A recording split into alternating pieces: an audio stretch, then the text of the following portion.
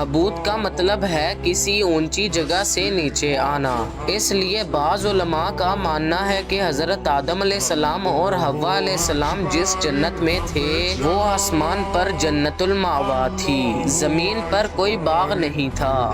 اس بات کی دلیل ایک حدیث سے ملتی ہے جس میں حضرت آدم علیہ السلام قیامت کے دن فرمائیں گے، کیا تمہیں جنت سے تمہارے باپ یعنی میرے گناہ کی وجہ سے نہیں نکالا گیا تھا؟ لیکن بعض علماء کہتے ہیں کہ یہ جنت دراصل زمین پر ہی کسی مقام پر تھی، نہ کہ آسمان کی جنت۔ ان کے دلائل یہ ہیں کہ حضرت آدم علیہ السلام اور حوا علیہ السلام کو وہاں کھانے پینے کی اجازت دی گئی تھی، صرف ایک درخت سے منع کیا گیا تھا۔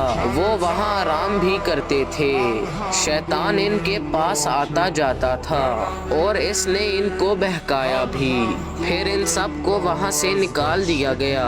یہ سب باتیں دنیا کی زندگی سے تعلق رکھتی ہیں، کیونکہ آسمانی جنت میں کوئی تکلیف یا آزمائش نہیں ہوتی، وہاں شیطان داخل نہیں ہو سکتا، اور جو ایک بار جنت میں داخل ہو جائے اسے وہاں سے نکالا نہیں جاتا۔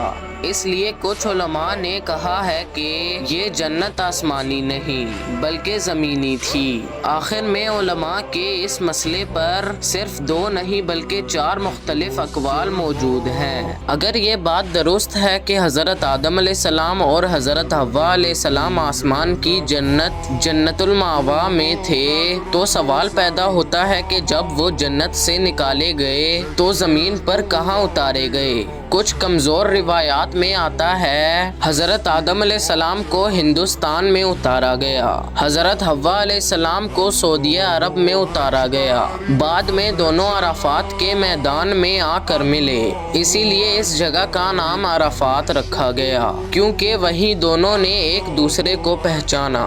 لیکن قرآن مجید نے اس بات کو بیان نہیں کیا، کیونکہ یہ ہدایت یا دینی مقصد کے لحاظ سے ضروری بات نہیں تھی۔ البتہ دل کی بات اور انسانی فطرت یہ کہتی ہے کہ غالباً حضرت آدم علیہ السلام اور حوا علیہ السلام کو ایک ہی جگہ اتارا گیا ہوگا تاکہ وہ ایک ساتھ زندگی شروع کر سکیں۔ یہ اللہ تعالیٰ کی حکمت تھی کہ جلد ہی نسل انسانی کا آغاز ہو اور انسان زمین پر اللہ تعالیٰ کا خلیفہ بن کر اسے آباد کریں اور اس مقام کے لائق بنے۔ اللہ تعالیٰ نے انسان کو 2 مختلف طاقتوں کے ساتھ پیدا کیا ہے، وہ اچھائی بھی کر سکتا ہے اور برائی بھی، اس میں نیکی اور بدی دونوں کی صلاحیتیں موجود ہیں۔ یہی صلاحیتیں انسان کو باقی مخلوقات سے ممتاز بناتی ہیں۔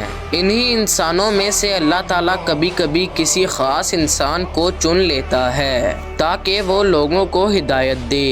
ایسے شخص کو اللہ تعالیٰ اپنا نبی، رسول یا پیغمبر بناتا ہے، اور ان نبیوں کے سلسلے کی آخری کڑی نبی کریم صلی اللہ علیہ وسلم ہیں۔ جب کسی شخص کو نبوت کے لیے چنا جاتا ہے تو پھر وہ ہر قسم کے گناہوں اور نافرمانیوں سے پاک ہوتا ہے تاکہ وہ اللہ تعالیٰ کا پیغام لوگوں تک صحیح طریقے سے پہنچا سکے، کیونکہ جو خود گمراہ ہو وہ دوسروں کو رہنمائی کیسے کر سکتا ہے؟ یہ نبی عام انسانوں کی طرح کھاتے پیتے سوتے اور زندگی گزارتے ہیں، لیکن ان کے اعمال، ارادے اور باتیں سب گناہوں سے پاک ہوتے ہیں۔ ان کا ہر عمل، ہر بات اور ہر حرکت لوگوں کے لیے نمونہ ہوتی ہے۔